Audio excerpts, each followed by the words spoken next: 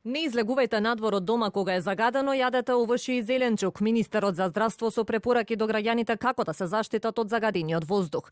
Освен препораки, Министерството не може друго да направи, вели министерот Филипче. Здравствените власти ќе набават и 50.000 маски за граѓаните со хронични заболувања, но се уште не се знае кога и како ќе бидат дистрибуирани.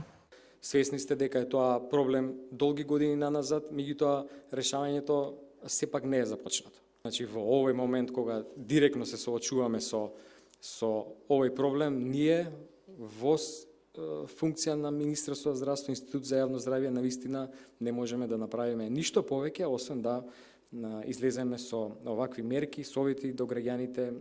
Од невладините велат набавката на маските е добра, но за доцнета мерка. Освен тоа додаваат дека има многу недоречености во однос на тоа какви ќе бидат спецификациите на маските, нивното време траење, дали набавката ќе биде еднократна и само за одредена категорија на граѓани.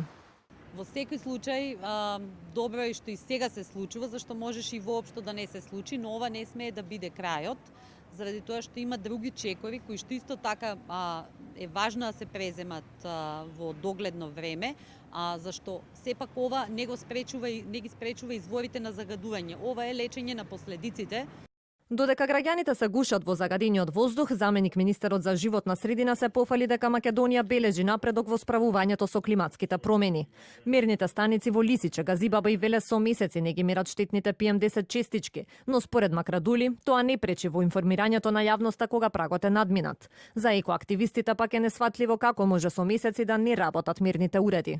Како што прават интервентен увоз на маски, мора да се направи интервентен увоз на мерни уреди. Има нови технологии, мобилни мерни уреди кои што може да се користат и кои што се релативно ефтини.